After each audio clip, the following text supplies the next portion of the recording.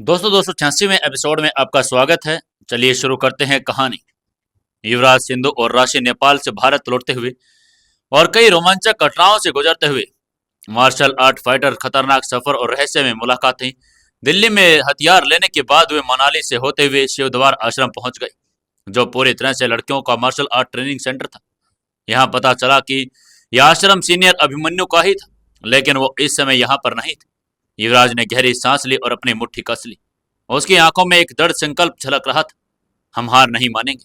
जब तक सीनियर अभिमन्यु वापस नहीं आते, हम तब तक उनके इसी आश्रम का उनका इंतजार करेंगे। सिंधु और राशि ने बिना किसी हिचकिचाहट के युवराज की इस बात पर सहमति जताई। वो दोनों भी वहीं रुकने को तैयार हो गई। उन्हें भी इस बात का एहसास था कि जब तक सीनियर अभिमन्यु से मुलाकात नहीं होती, तब तक आगे बढ़ना व्यर्थ होगा। तभी आश्रम की वो लड़की जो अब तक उनसे बातें कर रही थी, उन्हें आदरपूर्वक तीनों को अपने साथ ले गई और आश्रम के बड़े हॉल में बिठा दिया। उसने दूसरी लड़कियों को चाय पानी का इंतजाम करने को कहा, फिर खुद वहां से चली गई। वो तेजी से आश्रम के एक विशेष कमरे में पहुंची। उस कमरे में बीचों बीच एक लड़की ध्यान में लीन बैठी थी। उसकी आंखें बंद थी, परंतु उसका चेहरा शांति में लिपटा हुआ था और उसके चारों ओर एक प्रभावशाली ऊर्जा बह रही थी। जैसे ही वो लड़की कमरे में दाखिल हुई, उसने अपना सिर झुका लिया और ध्यान में बैठी लड़की के पास जाकर खड़ी हो गई। ध्यान में बैठी लड़की को उसके आने का आभास हो गया। उसने बिना अपनी आंखें खोले थोड़ा कठोर स्वर में कहा, रोमा, मैंने तुमसे कहा था कि मुझे ध्यान में डिस्टर्ब मत करना। फिर ऐसा क्या हो गया कि तुम यहाँ आ गई? रोमा वही लड़की जिसने युवराज को अभिमन्यु के बारे में बताया था, बहुत सम्मान के साथ बोली, सीनियर, बाहर एक लड़का दो लड़कियों के साथ गुरुदेव की खोज में यहाँ आया है। मैंने उन्हें बता दिया कि गुरुदेव फिलहाल यहाँ नहीं है, लेकिन फिर भी वो जाने को तैयार नहीं है। वे यहीं रुककर गुरुदेव का इंतजार करना चाहते हैं। ध्यानमग्न लड़की ने, जिसका नाम रोशनी था, उसने धीरे धीरे आंखें खोली और उसकी आंखों में अपार ज्ञान और गंभीरता थी। वह इस आश्रम के सबसे सीनियर शिष्या थी। गुरुदेव अभिमन्यु के बाद जब कोई इस आश्रम का निर्णय लेता, तो वो लड़की ही थी जिसने उसने रोमा की बात को गंभीरता से सुना और फिर कहा, ये लोग कौन है और कहां से आए हैं? रोमा ने शांत स्वर में उत्तर दिया, ये तो मैंने नहीं पूछा, लेकिन उस लड़की का ऑरा बहुत स्ट्रांग है। जैसे मैंने उसे देखा, मुझे एक भारी दबाव महसूस हुआ। मेरे दिमाग ने ठीक से काम करना बंद कर दिया। रोशनी ये सुनकर हैरान रह गई।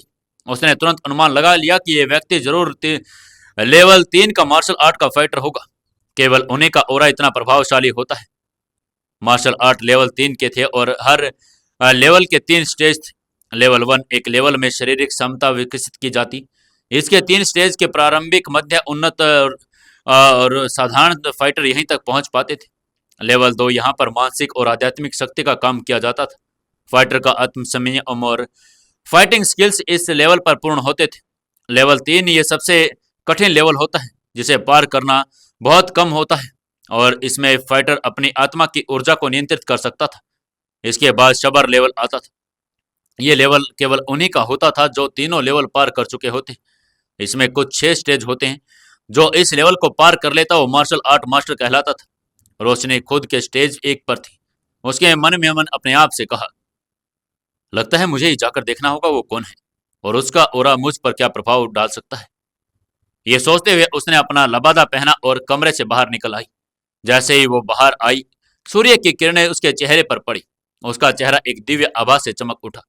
उसके चेहरे पर तेज देखकर ऐसा लग रहा था जैसे स्वर्ग में कोई देवी ऊपर पृथ्वी पर आ गई हो, और उसके तीखे नए नक्श, दूध जैसा गोरा रंग और सौम्यता उसे असाधारण बना रही थी।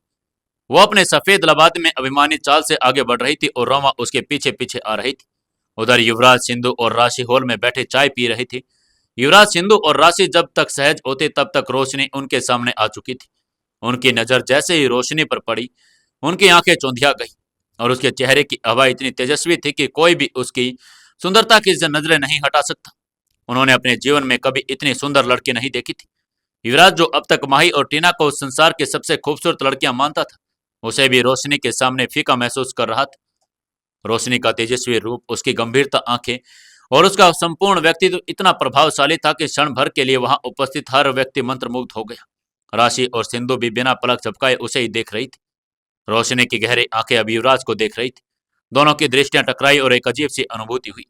यह पहली बार था जब कोई युवराज की उपस्थिति को उसकी चुनौती दे रहा था।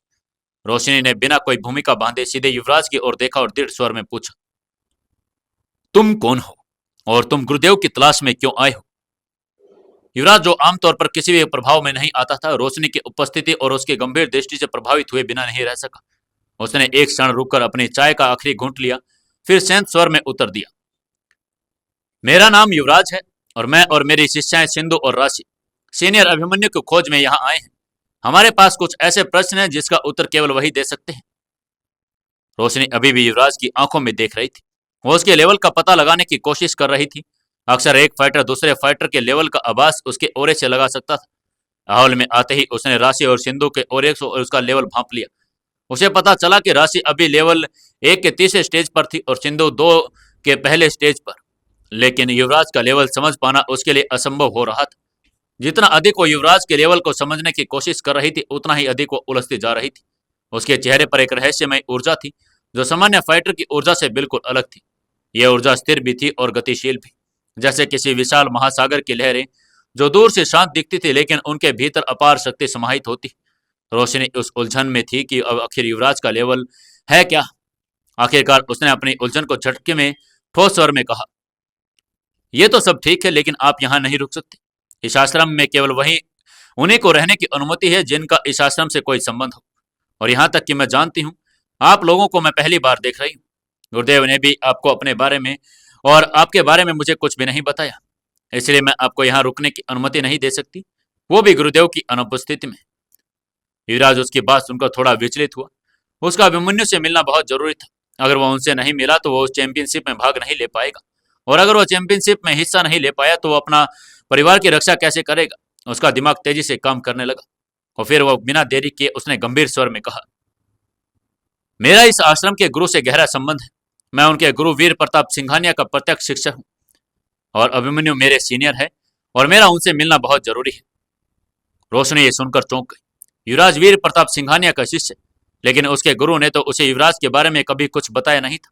यह नाम उनके लिए नया था और इतने बड़े दावे को यूं ने नजरअंदाज नहीं किया जा सकता था। उसने युवराज की आंखों में एक बार फिर देखा, लेकिन इस बार उसकी आंखों में कठोरता और की जगह विचारशीलता थी। वह इस दुविधा में थे कि युवराज को बाहर जाने के लिए कहे या नहीं, लेकिन इतना तो तय था कि अब वो उसे इतने आसानी से आश्रम से निकाल नहीं सकती थी। कुछ क्षणों तो गहरे विचारों में डूबे रहने के बाद उसने सीमित स्वर में कहा, आप लोग यहीं बैठिए, मैं अभी आती हूँ। ये कहकर वो मुड़ी और हॉल से बाहर जाने लगी। उसके चाल में दृढ़ता थी। उसके मन में कई सवाल उमड़ रहे थे और इन सवालों के जवाब सिर्फ एक ही जगह पर मिल सकते थे। रोशनी ने तेज कदमों से चलते हुए ऑफिस का दरवाजा खोला और अंदर चली गई। वहां पहुंचते ही उसने एक विशेष नंबर डायल किया। जैसे दूसरी तरफ से कॉल रिसीव हुआ, उसने सीधे मुद्दे पर आते हुए कहा, आश्रम में एक युवक आया है। उसका नाम युवराज है और वो महागुरु वीर प्रताप सिंघानिया का शिष्य होने का दावा कर रहा है। वो कह रहा है कि उसे आश्रम के गुरु से मिलना है। दूसरी तरफ से कुछ पल की चुप्पी रही, फिर एक कड़क आवाज आई, उसे तुरंत आश्रम से बाहर निकालो, वो लोग यहाँ नहीं रुक सकते। रोशनी ने गहरी सांस ली और वो फोन हाथ में पकड़े हुए कुछ क्षणों तक वहीं खड़ी रही। उसके मन में हलचल मच गई। एक तरफ उसके गुरु का आदेश था जिसे वो टाल नहीं सकती थी, और दूसरी तरफ युवराज की बातें जिनमें सच्चाई की झलक थी, लेकिन उसके पास ज्यादा सोचने का समय नहीं था। उसे तुरंत निर्णय लेना था। उसने गहरी सांस ली और अपनी भावना को नियंत्रित किया। तेज कदमों से हॉल की ओर बढ़ गई। उसके चाल में साहस और चेहरे पर गंभीरता जो उसके व्यक्तित्व को और भी प्रभावशाली बना रही थी। हॉल में पहुंचते ही उसने युवराज की ओर देखा। वह अब भी पूरी शांति से बैठा हुआ था, लेकिन उसकी आंखों में एक अजीब सा कॉन्फिडेंस झलक रहा था और उसे यकीन था कि रोशनी उसे यहाँ से जाने के लिए नहीं कहेगी। सिंधु और राशि भी उसके बगल में बैठी हुई थी, लेकिन उनकी आंखों में चिंता झलक रही थी। वह दोनों भले ही शक्तिशाली योद्धा थे, लेकिन उनके गुरु ने पहली उनकी टक्कर सीधी थी। अब वो क्या करेगी? क्या उनको बाहर जाने के लिए कहेगी या अपने गुरु की आज्ञा को स्वीकार नहीं करेगी? जानने के लिए जुड़े रहिए अपनी इस कहानी बेमानी मोहब्बत के साथ। दोस्तों, 287वें एपिसोड में आपका स्वागत है। चलिए शुरू करते हैं कहानी। रोशनी ने गहरी सांस ली और सख्त लहजे में कहा, आप लोगों को तुरंत आश्रम छोड़ना होगा, आप यहां नहीं रुक सकते। युवराज ने उसकी आंखों में देखा, फिर शांत स्वर में कहा, मिस रोशनी, मेरा सीनियर अभिमन्यु से मिलना बहुत जरूरी है। प्लीज आप समझे और इसके बारे में कम से कम एक बार मेरी बात सुने। अगर मैं मुंबई से चलकर इतने दूर आया हूं तो इसका कोई ना तो कोई कारण जरूर होगा। रोशनी ने अपना सिर झटका और कहा, कारण चाहे कोई भी हो, मेरे पास कोई विकल्प नहीं है। मुझे वही करना होगा जो उचित है। आश्रम के नियम स्पष्ट हैं। बिना अनुमति के कोई बाहरी व्यक्ति यहां नहीं रह सकता। युवराज ने लंबी सांस ली। जैसे खुद को संयमित करने की कोशिश कर रहा हो। वो फिर बोला, मैं बाहरी नहीं हूं, यह आश्रम मेरे गुरु का भी घर है। अभिमन्यु मेरे सीनियर है और यह जगह मेरे लिए उतनी ही महत्वपूर्ण है जितनी तुम्हारे लिए। मैं यहाँ बिना वजह नहीं आया हूँ। रोशनी ने उसकी बात सुनी, लेकिन फिर उसकी आंखों में कोई नरमी नहीं आई। वो जानती थी कि युवराज एक मजबूत फाइटर है, लेकिन उसे अपने निर्णय पर अडिग रहना था। उसने कड़क आवाज में कहा, यह मेरे व्यक्तिगत विचार मायने नहीं रखते मिस्टर युवराज। मैं सिर्फ यहाँ गुरु के आदेश का पालन कर रही हूँ। आप लोग तुरंत यहाँ से चले जाएं। सिंधु ने घबराकर युवराज की ओर देखा और कहा, गुरुजी अब क्या करें, हमें यहाँ से जाना पड़ेगा।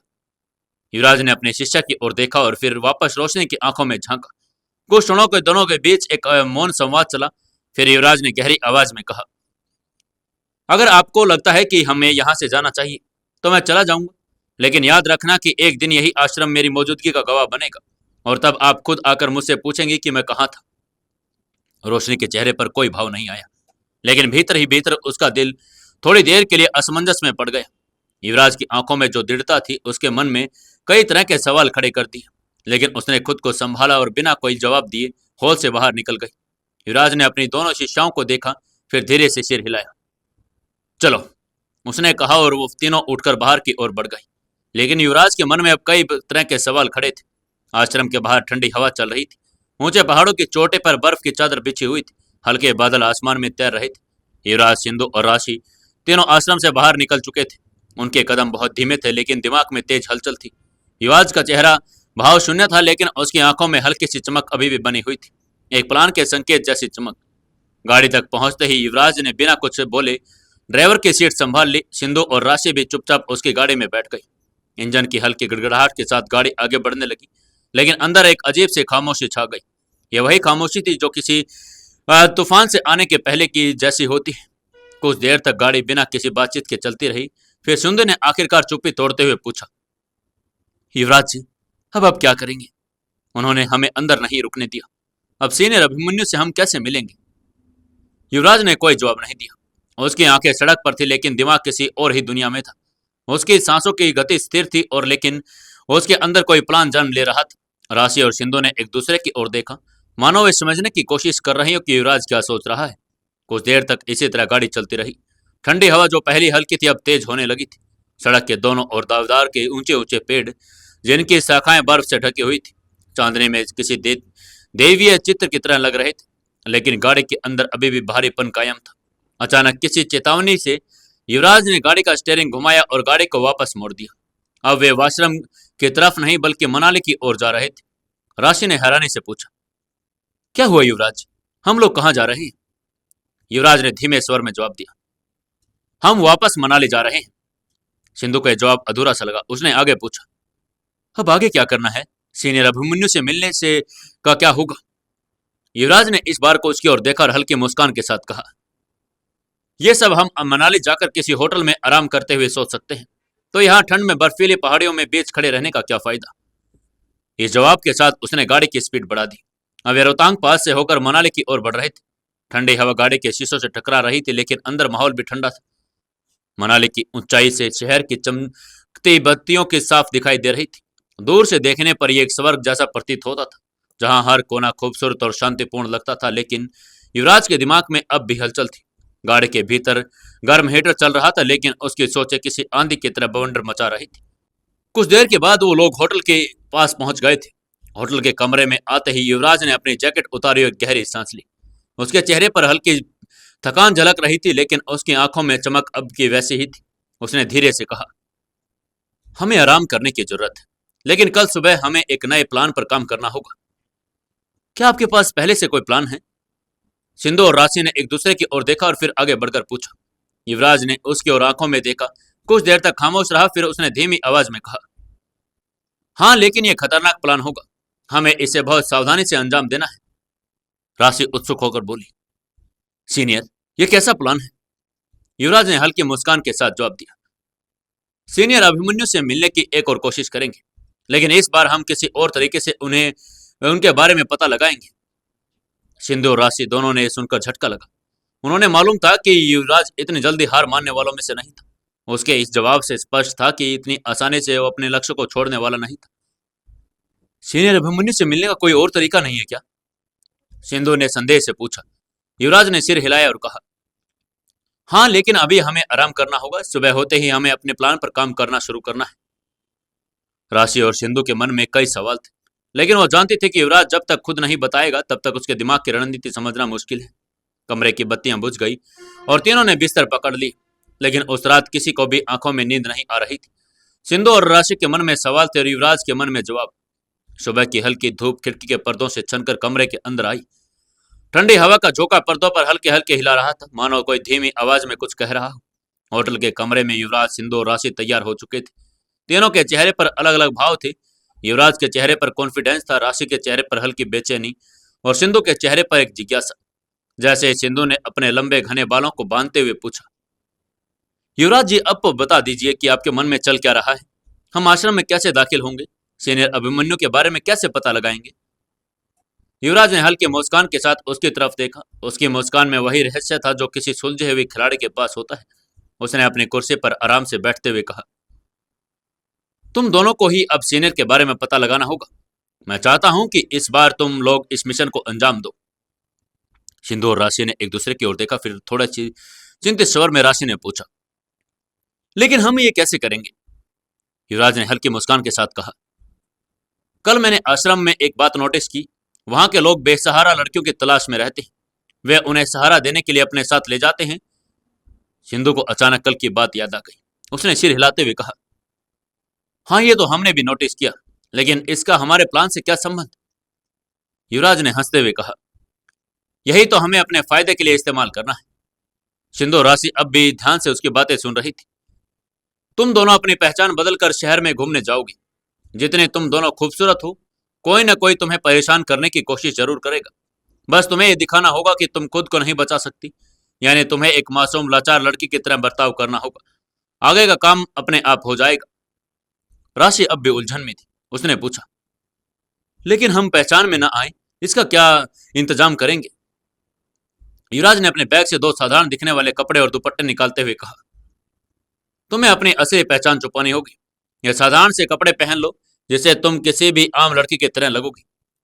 सिंधु और राशि अब पूरी तरह समझ चुकी थी कि युवराज क्या करने वाला था, लेकिन इस प्लान में जोखिम था। अगर आश्रम के लोग उन्हें पहचान जाते तो कभी वापस नहीं कर पाते। प्लान को अंतिम रूप देने के लिए तीनों होटल के रेस्टोरेंट में नाश्ते के लिए गई। वहां का माहौल हल्का था और लेकिन उनकी बातचीत गंभीर। होटल में मौजूद बाकी लोग अपनी अपनी दुनिया में व्यस्त थे, लेकिन कुछ लोगों की नजरें बार बार सिंधु और राशि पर टिक रही थी। युवराज ने मुस्कुराते हुए कहा, देखो ये सब लोग तुम्हें कैसे घूर रहे हैं। अभी मैं तुम्हारे साथ हूं, इसलिए कोई छेड़छाड़ नहीं कर रहा, लेकिन अगर तुम दोनों अकेली होंगी तो जरूर कोई ना कोई परेशान करने आएगा। राशि ने मुस्कान दबाते हुए कहा, मतलब हम इसी बात का फायदा उठाने वाले हैं? युवराज ने सिर हिलाते हुए कहा, बिल्कुल। बस तुम्हें जताना होगा कि तुम अकेली हो, मजबूर हो। जैसे ही कोई तुम्हारे करीब आएगा और तुम्हें परेशान करने लगेगा, वही लोग जो आश्रम के लिए लड़कियां खोजते रहते हैं खुद ब खुद तुम्हारे पास आ जाएंगे। सिंधु ने संदेह भरी नजरों से कहा, लेकिन ये बहुत खतरनाक है। अगर हमने कुछ गलत कर दिया तो सब गड़बड़ हो जाएगा। क्या लगता है दोस्तों आपको, क्या इस तरीके से वो आश्रम में दाखिल हो पाएंगे या नहीं? क्या उनके साथ कोई ज्यादा गलत तो नहीं हो जाएगा? जानने के लिए जुड़े रहिए अपनी इस कहानी बेमानी मोहब्बत के साथ। दोस्तों, कहानी को ज्यादा से ज्यादा शेयर करें, कमेंट करें और लाइक जरूर करें। दोस्तों, 288वें एपिसोड में आपका स्वागत है। चलिए शुरू करते हैं कहानी। सिंधु ने संदेह भरी नजरों से देखा, लेकिन ये बहुत खतरनाक है। अगर हमने कुछ गलत कर दिया तो सब गड़बड़ हो जाएगा। युवराज ने हल्की मुस्कान के साथ कहा, डरने की जरूरत नहीं है, मैं आसपास ही रहूंगा, लेकिन तुम्हें अपने दम पर यह मिशन पूरा करना होगा। अब प्लान पूरी तरह से तैयार हो गया, चलो अपने काम पर लग जाओ। राशि और सिंधु अब साधारण कपड़ों में थी, लेकिन पुराने साफ सुथरे सूट और सिर पर ढीला दुपट्टा, चेहरे पर मासूमियत का भाव लेकर वो बहादुर लड़कियां नहीं दिख रही थी, बल्कि शहर में भटकती दो चार लाचार लड़कियों की तरह लग रही थी। युवराज ने दूर से उनकी ओर देखा और हल्की मुस्कान के साथ कहा, वेरी गुड, अब तुम दोनों तैयार हो। याद रखना, जो कुछ भी हो अपनी असली पहचान जाहिर मत करना। मैं पास ही रहूंगा, लेकिन जब तक जरूरत न पड़े मैं बीच बचाव नहीं करूंगा। सिंधु और राशि ने एक दूसरे की ओर देखा और गहरी सांस ली। अब उनके सामने एक बड़ी चुनौती थी। युवराज ने उन्हें शहर की भीड़ भाड़ वाली गलियों में जाने का इशारा किया। मनाली का मॉल रोड हमेशा की तरह चहल पहल से भरा हुआ था। दुकानों की रोशनी और लोगों की गहमागहमी और ठंडी हवा में घुली चाय कॉफी की खुशबू माहौल को और अलग अंदाज दे रही थी। लेकिन इस भीड़ भाड़ में सिंधु और राशि के लिए सब कुछ सहज नहीं था। वे दोनों युवराज के प्लान के अनुसार साधारण कपड़ों में थी और किसी लाचार बेसहारा लड़की की तरह शहर में घूम रही थी। उनके चेहरे पर मासूमियत थी, उनकी चाल में असहायता झलक रही थी, लेकिन उनके भीतर एक तूफान था, एक ऐसा तूफान जिससे वे जब चाहे बाहर निकल सकती थी। जैसे दोनों ने एक संकरी गली से मॉल रोड के मुख्य मार्ग की ओर बढ़ी। कुछ लड़कों ने उन्हें घेर लिया। वे सात आठ अट्ठे कट्टे आदमी थे, जिनके चेहरे पर एक अजीब सी धृष्टता थी। उनके हाव भाव से साफ पता था कि आवारा किस्म के लोग थे। अरे देखो तो जरा, ये दो परियां कहां से आई हैं? एक लड़का सीटी मारते हुए बोला। दूसरा लड़का हंसते हुए बोला, लगता है भाई ये दोनों यहाँ घूमने आई हैं और रास्ता भटक गई। क्यों ना हम इनकी मदद करें। उनके बोलने का तरीका मजाक उड़ाने वाला था। सिंधु और राशि ने उनको अनसुना करने की कोशिश की और तेजी से आगे बढ़ने लगी, लेकिन लड़कों ने उनका रास्ता रोक लिया। अरे मैडम, इतनी जल्दी भी क्या है, थोड़ा हमारे सामने भी समय बिता लो ना। उनमें से एक ने राशि के रास्ते में आकर कहा। राशि ने सहमी हुई आवाज में कहा, हमें जाने दो प्लीज, हम किसी से कोई झगड़ा नहीं करना चाहती। ओहो, तो ये लड़कियां डरपोक हैं, एक लड़के ने दूसरे पर हंसते हुए कहा। फिर तो मजा आएगा भाई, दूसरे ने उसके हाथ में हाथ मारते हुए कहा। अब तक सिंधु और राशि अपने अभिनय में पूरी तरह से ढल चुकी थी। वे खुद किसी मार्शल आर्ट फाइटर की तरह नहीं बल्कि आम लड़कियों की तरह पेश आ रही थी, लेकिन इस भीड़ में उनकी मदद के लिए कोई आगे नहीं आया था। सभी लोग चुपचाप तमाशा देख रहे थे, जैसे कोई आम घटना हो। तभी उन लड़कों ने अपनी बदतमीजी और बढ़ा दी। उनमें से एक ने राशि का हाथ पकड़ने की कोशिश की तो दूसरा सिंधु के करीब आकर बोला, अरे मैडम, इतनी खूबसूरत हो, अकेली क्यों घूम रही हो? अब वे दोनों सचमुच में घबरा गई थी। प्लान के अनुसार उन्हें खुद को पूरी तरह से मासूम दिखाना था, लेकिन इस स्थिति में बने रहना उनके लिए कठिन हो रहा था। तभी अचानक भीड़ में से एक लड़की निकली। वो लड़की करीब 20-21 साल की थी, दुबली पतली लेकिन साहस से भरी हुई। उसकी आंखों में गुस्से की चमक थी और वो सीधे उन लड़कों के सामने आकर खड़ी हो गई। कड़े लहजे में बोली, रास्ता छोड़ दो, लेकिन ये लड़कियां तुम जैसे बदमाशों से बचने के लिए यहां नहीं आई। लड़कों ने ऐसे उस ऊपर से नीचे देखा, जोर से हंस पड़े। अरे वाह, एक और शेरनी आ गई, ये देखो हमें धमकी भी दे रही है, वहां पर लड़कों ने तंज मारते हुए कहा। लेकिन वो लड़की ना तो डरी नहीं पीछे हटी। वो सिंधु और राशि की तरफ मुड़ी और हल्की आवाज में बोली, तुम दोनों चिंता मत करो, ये लोग ज्यादा देर तक परेशान नहीं करेंगे। सिंधु और राशि ने आश्चर्य से उसकी तरफ देखा, जैसे उन्हें यकीन ही नहीं हुआ कि कोई अनजान लड़की उनके लिए यूं खड़ी हो सकती है। लेकिन अगले ही पल लड़कों ने उस लड़की को भी निशाना बनाना शुरू कर दिया। ओह, तो तू क्या करेगी, अकेली और हम 8? अगर ज्यादा ही अकड़ है तो तुझे भी उठाकर ले जाएंगे, लड़कों ने धमकी दी। अब तक लड़की चुपचाप थी, लेकिन अब उसकी भी सहन शक्ति जवाब दे गई। जैसे ही एक लड़का उसे छूने के लिए आगे बढ़ा, उसने उसका हाथ पकड़ लिया और बिजली की तेजी से उसके नाक पर एक जोरदार घूंसा मारा। आह! वो लड़का दर्द से कर्रा उठा और तुरंत पीछे हट गया। उसके नाक से खून टपकने लगा था। ये देखकर बाकी लड़के भुचक के रह गए। उनकी आंखों में गुस्सा और हैरानी दोनों थी। ओह, तो तुम बहुत बहादुर बन रही हो, ये लड़का चिल्लाया और उसकी तरफ बढ़ा। लेकिन उस लड़के ने बिना समय गवाए अपने दोनों पैरों से हवा में उछलकर छलांग लगाई और उसके सीने पर जोरदार लात दे मारी। वो लड़का धड़ाम से नीचे गिरा और हाँफने लगा। अब तक बाकी लड़कों को समझ आ गया था कि लड़की कोई मामूली लड़की नहीं लग रही, मार्शल आर्ट फाइटर लग रही है। उनमें से एक ने कहा। लेकिन अब वे लड़ने के मूड में आ चुके थे। वे सब उस लड़की की तरफ बढ़ने लगे, लेकिन अब वो पूरी तरह से तैयार थी। अब पूरी सड़क पर एक युद्ध भूमि बदल गई। उसकी लड़की की एक के बाद एक लड़कों पर वार करना शुरू कर दिया। कोई उसकी लात के नीचे गिर रहा था तो कोई उसके मुक्कों के मार से करहा रहा था। सिंधु और राशि अब तक चुपचाप सब देख रही थी। उनके प्लान के मुताबिक उन्हें खुद को मासूम बनाए रखना था, लेकिन अब उनका खून खोल रहा था। वे चाहती तो अभी लड़ाई का हिस्सा बन सकती थी, लेकिन वे जानती थी कि अगर इस वक्त उन्होंने अपनी असली ताकत दिखाई तो पूरा खेल बिगड़ जाएगा। भीड़ अब बढ़ने लगी थी, लेकिन अब लोग हैरानी से देख रहे थे कैसे एक लड़के पूरे 8 लड़कों को धूल चटा रही थी। थोड़ी ही देर में बाकी लड़के भी समझ गए कि वे उसे नहीं जीत सकते। वे उठे और अपने साथियों को संभाला और भागने लगे। वो लड़की ने उन पर एक ठंडी नजर डाली और गहरी सांस ली। फिर उसने सिंधु और राशि की तरफ देखकर मुस्कुराया और कहा, अब सब ठीक है, चलो यहां से चलते हैं। सिंधु और राशि उसके साथ चलने लगी। अब उस लड़के ने उनको बताया, मेरा नाम प्राची है और मैं यहाँ के शिवदार आश्रम से हूँ। प्राची एक रहस्यमय लड़की लग रही थी, आत्मविश्वास से भरी हुई, बेखौफ और मजबूत। लेकिन उसकी आंखों में कुछ अलग था, एक गहरी गंभीरता जो साबित कर रही थी कि वह सिर्फ एक आम लड़की नहीं। उसने अकेले उन गुंडों की धज्जियां उड़ा दी और अब वो सिंधु और राशि को अपने साथ लेकर जा रही थी। ओ, तो तुम ये बताओ कि तुम दोनों आई कहाँ से हो? प्राची ने चलते हुए उनसे सवाल किया। सिंधु और राशि को समझ आ चुका था कि ये वही मौका है जिसका वे इंतजार कर रही थी, इसलिए उन्होंने अपनी मासूमियत बनाए रखी। राशि ने थोड़ा रूंधे हुए गले से जवाब दिया, हम हम दोनों अनाथ हैं। बचपन से ही एक अमीर आदमी के घर में नौकरानी बनकर रह रही थी। वो आदमी बहुत बुरा था, हमें मारता पीटता था, गालियां देता था और हमारे साथ जबरदस्ती करने की कोशिश करता था। ये कहते हुए राशि की आंखों से आंसू आ गए। सिंधु ने गहरी सांस ली और भावुक स्वर में कहा, हम हम बहुत डर गए थे। एक दिन मौका देखकर भाग निकले, लेकिन अब हमें समझ नहीं आ रहा कि कहाँ जाए। कोई हमें शरण देने को तैयार नहीं, नहीं हमारे पास जीने का कोई साधन है। प्राची ने उनकी बात बड़े ध्यान से सुनी। वो एक पल के लिए ठहरी और फिर मुस्कुराई। उसकी मुस्कान में एक अजीब सा अपनापन था।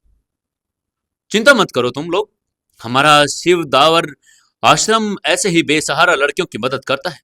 वहां सिर्फ रहने की जगह ही नहीं मिलेगी, बल्कि हम तुम्हें पूरा आत्मनिर्भर बनाना भी सिखाएंगे। हमारे गुरुजी हमें ये सिखाते हैं कि किसी पर निर्भर मत रहो, बल्कि खुद को इतना सक्षम बनाओ कि तुम्हें कोई कमजोर न समझे। सिंधु और राशि ने एक दूसरे की ओर देखा। यही तो वो चाहती थी। अब उन्हें बिना किसी शक के आश्रम के अंदर जाने का मौका मिल रहा था। वे वहां जाकर आश्रम में रह सकती थी और तब तक इंतजार कर सकती थी जब तक सीनियर अभिमन्यु का कोई सुराग न मिल जाए। ओ, तो क्या तुम सच कह रही हो? राशि ने मासूमियत से पूछा। बिल्कुल, अगर चाहो तो अभी चलो, प्राची ने कहा। सिंधु और राशि ने सिर हिलाया। प्राची ने हल्की मुस्कान दी और फिर उन्हें अपने साथ लेकर जाने लगी। शहर की हलचल से दूर जहां शांति और रहस्य का मेल था, वहां स्थित था शिव दावर आश्रम। प्राची सिंधु राशि को लेकर मुख्य मार्ग से हटकर एक पथरीली सड़क पर बढ़ने लगी।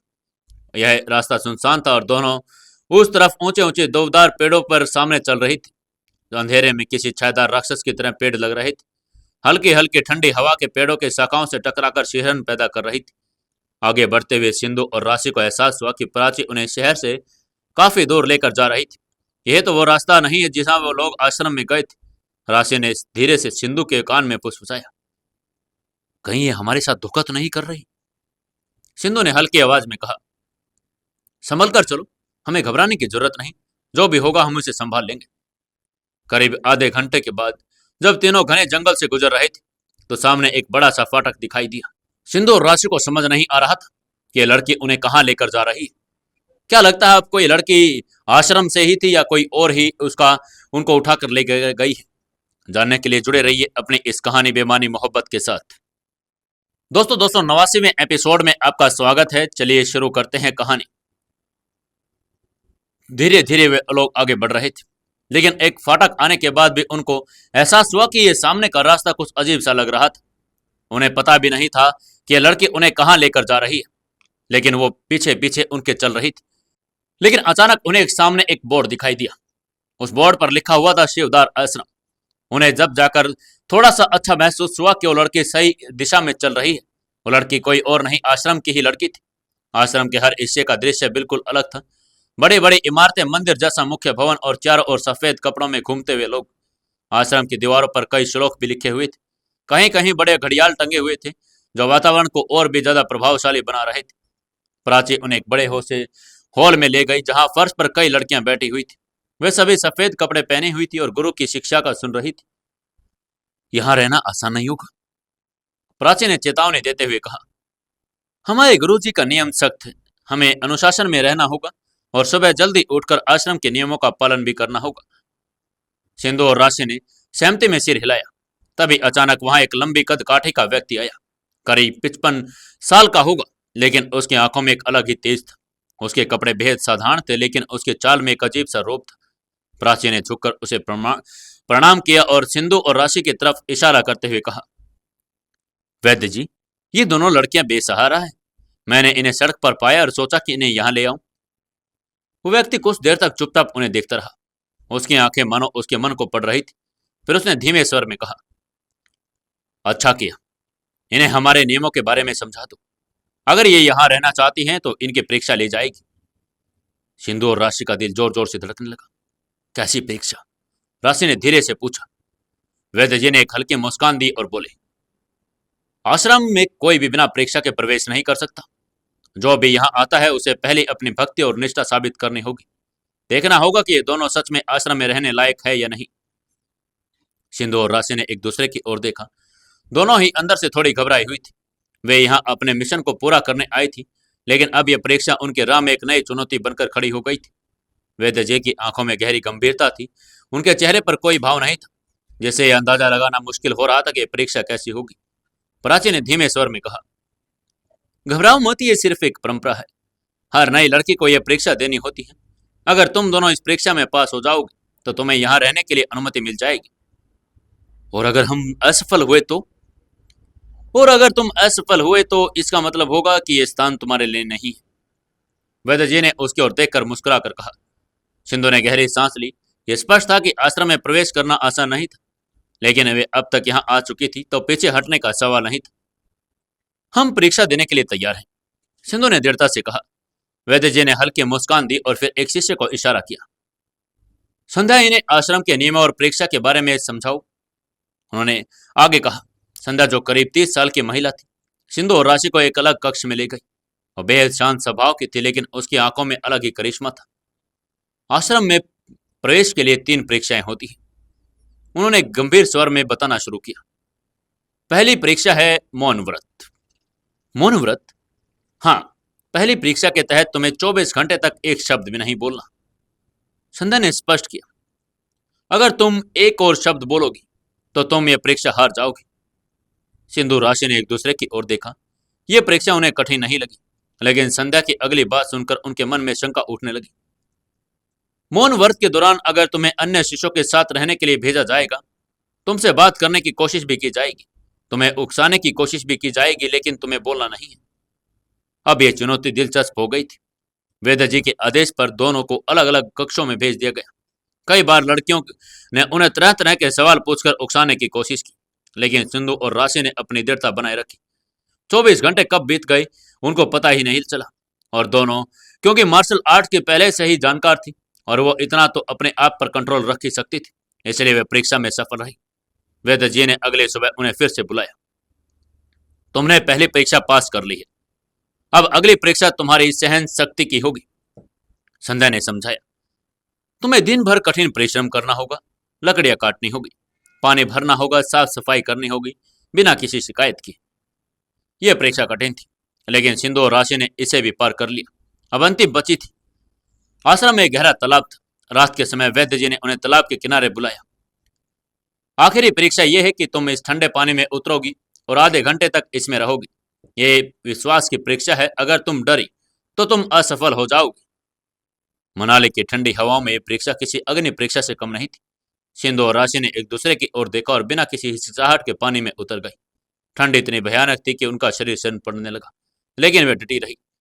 आधे घंटे बाद वैद्य जी मुस्कुराए और उन्होंने घोषणा की, अब तुम इस आश्रम का हिस्सा हो। सिंधु और राशि का इंतजार आखिरी खत्म हो गया। परीक्षा पास करने के बाद अब वे आधिकारिक रूप से आश्रम का हिस्सा बन गई थी, लेकिन उनका असली मिशन अभी भी बाकी था। सीनियर अभिमन्यु के बारे में जानकारी जुटाना। वैद्य जी ने प्राची को आदेश दिया, गुरु अभिमन्यु अभी आश्रम में नहीं है और रोशनी भी 3 दिन से अपना लेवल पार करने के लिए ध्यान में बैठी है। ऐसे में उसने मुझसे कहा था कि नई लड़कियों की परीक्षा मैं भी कर लूं और उनको एक टोकन नंबर दूं। जाओ गुरुदेव के कमरे में से 2 नए टोकन लेकर आओ, इनके लिए आश्रम की पोशाक भी ले आओ, तब तक मैं इन्हें इनके रहने का स्थान दिखाता हूं। यह सुनने के बाद प्राची तुरंत वहां से चली गई। सिंधु और राशि ने राहत की सांस ली, लेकिन जैसे उन्हें पता चला कि रोशनी पिछले 3 दिनों से ध्यान में बैठी है, उनका तनाव थोड़ा कम हुआ। राशि ने धीरे से फुसफुसाया, शुक्र है रोशनी थोड़े ध्यान में है, अगर वो हमारे सामने आ जाती तो हमें पकड़ सकती थी। सिंधु ने सिर हिलाया, हाँ, यहाँ बाकी सबको धोखा देना आसान है, लेकिन रोशनी अलग है। अगर उसने हम पर नजर डाल ली होती हो तो तुरंत समझ जाती कि हम यहाँ किस लिए आए हैं। राशि की आंखों में चिंता थी, लेकिन इस समय उन्हें शांत रहना था। वैद्य जी ने इशारा किया, चलो मैं तुम्हें तुम्हारा कमरा दिखाता हूं। वे दोनों वैद्य जी के पीछे पीछे चल दी। आश्रम के गलियारे लंबे और शांत थे, बाहर की दुनिया से बिल्कुल अलग। यहाँ सिर्फ आध्यात्मिकता की गूंज थी और हर तरफ शांति। वैद्य जी ने उन्हें एक बड़े से हॉल में ले गई। वहां कई कई छोटे कमरे बने हुए थे। उन्होंने एक दरवाजा खोला और कहा, ये तुम्हारा कमरा है और अंदर 2 पलंग लगे हैं। राशि और सिंधु ने अंदर कदम रखा। कमरा बेहद सादा था, सफेद दीवारें, 2 साधारण बिस्तर और एक कोने में लकड़ी की अलमारी, एक छोटी सी खिड़की जहां से ठंडी हवा आ रही थी। वैद्य जी ने कहा, अब से ये तुम्हारा घर है, यहाँ आश्रम के नियमों का पालन करना होगा। जल्दी तुम्हारी दिनचर्या भी निर्धारित की जाएगी। यहाँ पर हर शिष्य को आत्मनिर्भर बनाना होता है, इसलिए हर किसी को अपने हिस्से का काम भी करना पड़ता है, वैद्य जी ने कहा। सिंधु और राशि ने सिर हिला दिया। वैद्य जी ने फिर कहा, प्राची अभी टोकन और वस्त्र लेकर आती होगी, तुम दोनों यहाँ थोड़ा आराम कर सकती हो। ये कहकर वो वहां से चले गए। सिंधु और राशि ने दरवाजा बंद किया। राशि ने थककर बिस्तर पर गिरते हुए कहा, यह कमरा तो कैद खाना जैसा लग रहा है। बाहर से देखने में आश्रम कितना शांत लगता है, लेकिन इसके अंदर न जाने कितने राज छुपे हैं। सिंधु ने खिड़की के बाहर झांकते हुए कहा, हमें यहाँ हर चीज पर नजर रखनी होगी। हमें यह भी देखना होगा कि अभिमन्यु के बारे में कौन कौन जानता है। राशि ने सिर हिलाया। सबसे पहले हमें इस आश्रम के अनुशासन में घुलना होगा। अगर हम यहाँ भारी लोगों की तरह दिखी तो लोग हम पर शक करने लगेंगे। ठीक उसी समय दरवाजे पर आहट हुई। राशि ने दरवाजा खोला। प्राची बाहर खड़ी थी। उसके हाथ में सफेद वस्त्र और 2 टोकन थे। उसने हल्की मुस्कान के साथ कहा, ये लो, अब तुम दोनों आश्रम का हिस्सा हो। ये टोकन तुम्हारी पहचान है और ये वस्त्र तुम्हें पहनने होंगे। सिंधु ने टोकन उठाया। उस पर अंकित था शिष्य संख्या नंबर 108 और 109। राशि ने वस्त्र लेते हुए कहा, थैंक यू प्राची। प्राची मुस्कुराई और उसने कहा, अब तुम लोग आराम कर सकती हो। कल सुबह 5 बजे से तुम्हें मुख्य हॉल में आना होगा, जहां नई शिक्षाओं के आश्रम के नियमों के बारे में बताया जाता है। सिंधु और राशि ने सिर हिलाया और प्राची चली गई। जैसे ही दरवाजा बंद हुआ, सिंधु ने धीमी आवाज में कहा, अब हमें प्लान बनाना होगा। राशि ने आंखें घुमाते हुए कहा, लेकिन सबसे पहले हमें जानना होगा कि आश्रम में किससे बात की जाए और किससे बचा जाए। सिंधु ने गंभीर स्वर में कहा, हमें सबसे पहले तो रोशनी से बचना होगा। वो हमारी असली पहचान जान सकती है। राशि ने सिर हिलाया।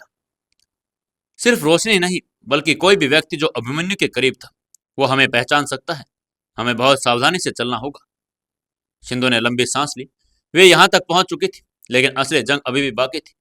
रात गहरी हो चली थी। आश्रम के चारों ओर सन्नाटा पसरा हुआ था। हर तरफ एक अजीब सी निस्तब्धता थी जो रहस्यमयी लग रही थी।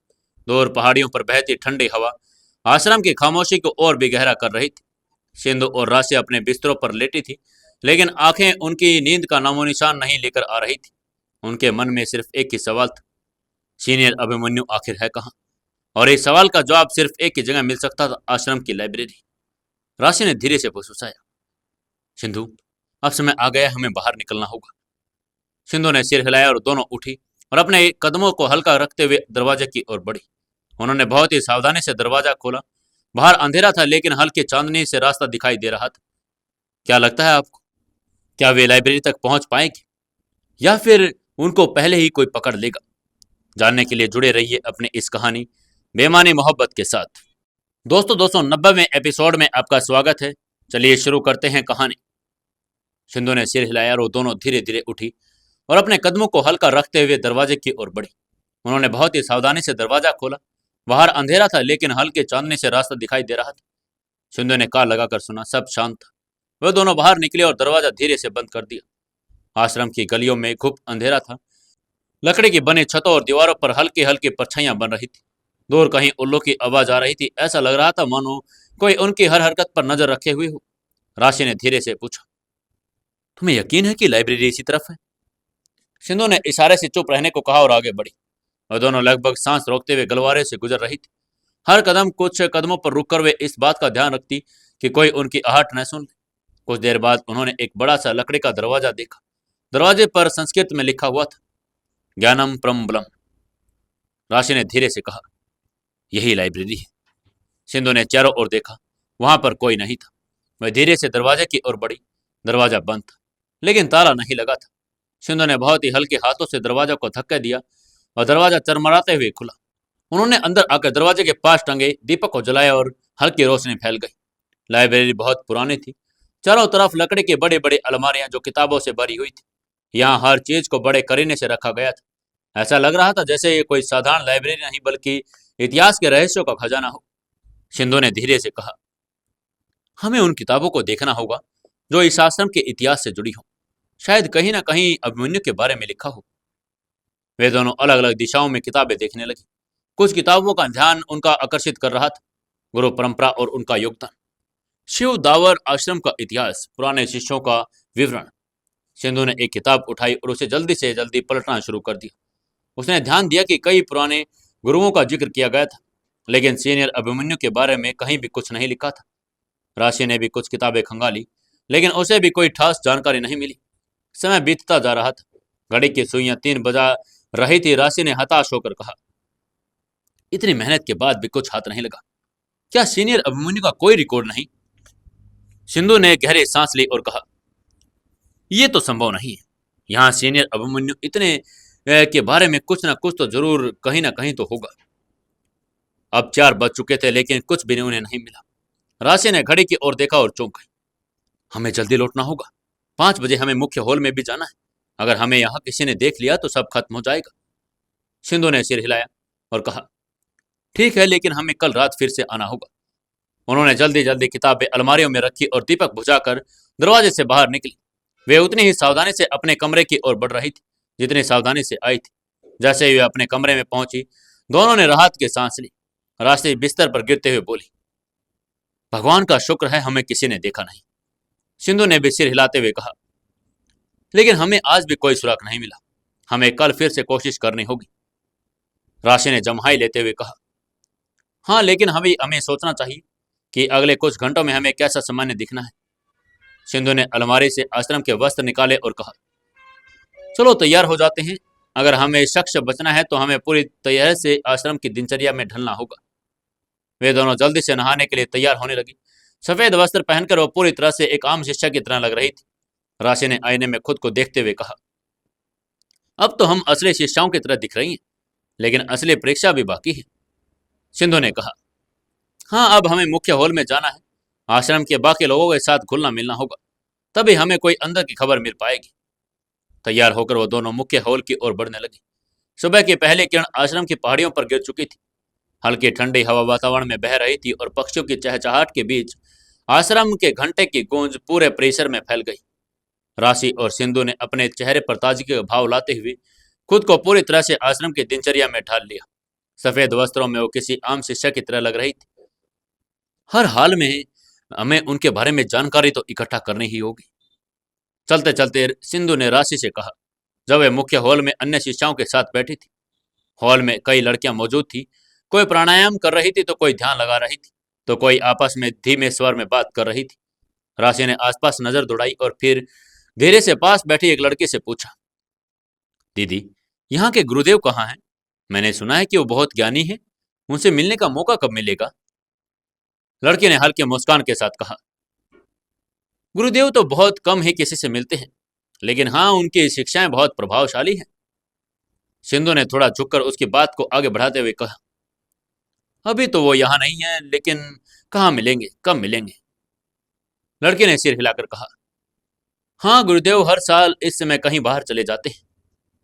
राशि ने चौकन्नी होकर पूछा, बाहर? बाहर कहाँ जाते हैं? कोई नहीं जानता, लड़के ने धीरे से कहा। सिंधु और राशि ने अपने मन की उत्सुकता को छुपाते हुए बात जारी रखी। एक और लड़की जो पास में ध्यान कर रही थी, उनकी बात सुनकर बोली, गुरुदेव हर साल इस समय 1 महीने के लिए आश्रम से बाहर जाते हैं, लेकिन जाते कहाँ हैं? राशि ने थोड़ा सोचते हुए पूछा, ये तो किसी को नहीं पता। ये हमेशा से ही ऐसा होता आया है। वे जाते हैं और 1 महीने बाद लौट आते हैं। किसी ने भी कभी उनसे पूछने की हिम्मत भी नहीं की।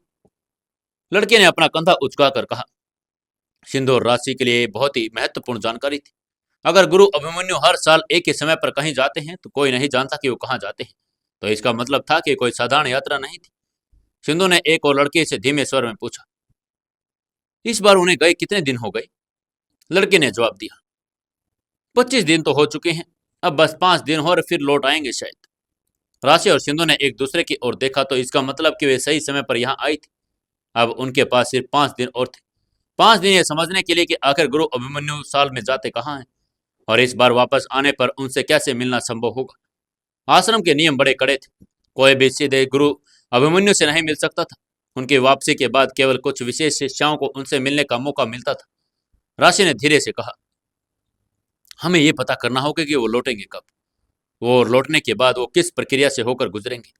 अगर हम उनके करीब नहीं पहुंच सके तो हमारी सारी मेहनत बेकार हो जाएगी। सिंधु ने सोचा और कहा, हमें सीनियर शिष्यों से दोस्ती करनी होगी। अगर हम उनके करीबी लोगों के बारे में जान पाएंगे तो शायद हमें कुछ सुराग मिले। अब उनकी रणनीति साफ थी, आश्रम में घुलना मिलना और सीनियर शिष्यों के करीब जाना, और यह पता लगाना कि गुरु अभिमन्यु की वापसी के बाद क्या प्रक्रिया होगी। धीरे धीरे उन्होंने उन शिष्याओं को भरोसा जीतना भी शुरू कर दिया, जो आश्रम में वर्षों से लगातार काम कर रही थी। एक दिन जब वे भोजनशाला में बैठी थी तो एक सीनियर शिष्या संपदा उनके पास आई और कहा, तुम दोनों तो बहुत मेहनती हो, तुम्हें देखकर लगता ही नहीं कि तुम नई हो। सिंधु ने झूठी मासूमियत से कहा, हम सच में यहाँ से बहुत प्रभावित हुए हैं। ये आश्रम हमें बहुत अच्छा लग रहा है। हमें नहीं पता था कि यहाँ इतनी अच्छी शिक्षा दी जाती है। संपदा ने सिर हिलाया और कहा, हाँ, गुरुदेव का मार्गदर्शन बहुत प्रभावशाली है। जब वो वापस आएंगे तुम देखना कि वो कितने महान हैं। राशि ने मौका का फायदा उठाया और पूछा, वो जब लौटते हैं तो क्या होता है? क्या हम उनसे मिल सकते हैं? संपदा ने हल्की हंसी के साथ कहा, हर कोई उनसे नहीं मिल सकता। पहले हम सभी को एक विशेष सभा में बुलाया जाता है, जहां वो हमें संबोधित करते हैं। उसके बाद केवल चुनिंदा शिष्याओं को ही उनसे मिलने का मौका मिलता है। सिंधु और राशि के लिए महत्वपूर्ण जानकारी थी। अब वे जान चुके थे कि गुरु अभिमन्यु की वापसी के दिन आश्रम में एक सभा होगी। अब उनकी अगली योजना थी कि किसी भी तरह इस सभा में शामिल होकर अभिमन्यु के करीब पहुंचा जाए। रात होते ही उन्होंने अपने कमरों में बैठकर आगे की रणनीति बनाना शुरू कर दिया। अगर हम इस सभा में शामिल नहीं हो सके तो हमारी सारी मेहनत बेकार हो जाएगी। सिंधु ने चिंता से कहा, हमें मौका मिलेगा, तुम चिंता मत करो। हमें बस सही समय का इंतजार करना होगा। राशि ने आत्मविश्वास से सिंधु को थपथपाते हुए कहा। सिंधु और राशि अपने अपने बिस्तर पर लेट गई, लेकिन उनकी आंखों में नींद नहीं थी। उनके मन में एक ही बात चल रही थी कि कब तक कोई जानकारी युवराज तक पहुंचे। राशि ने धीरे से फुसफुसाते हुए कहा, हमें अब युवराज जी को सब बताना देना चाहिए। सिंधु ने उनकी तरफ देखा और सिर हिला दिया। तुम कह तो ठीक रही हो, और लेकिन हमें मौका तो देखना होगा। रात के 2 बज गए थे। सभी शिष्याएं गहरी नींद में थी। हल्की रोशनी गलियारों में फैल गई थी और जिससे एक रहस्यमय आभा पैदा हो रही थी। दोनों ने धीरे धीरे फिर से अपने कदम बिस्तर से उठाकर पैर में चप्पलें डाले और एक दूसरे की ओर देखा। चुपचाप चलो, कोई हमें देख ना ले, राशि ने कहा और दरवाजे की ओर बढ़ी। सिंधु ने एक बार फिर चारों ओर देखा, फिर दोनों धीमे धीमे कदमों से बाहर कमरे के आने लगी। आश्रम के गलियारे में एक रहस्यमय धुंध आ रही थी और हर कदम पर लकड़ी की छत की चरमराहट उनके धड़कनों को तेज कर रही थी। उन्हें पक्का यकीन था कि अगर कोई उन्हें देख लेगा तो सब खत्म हो जाएगा।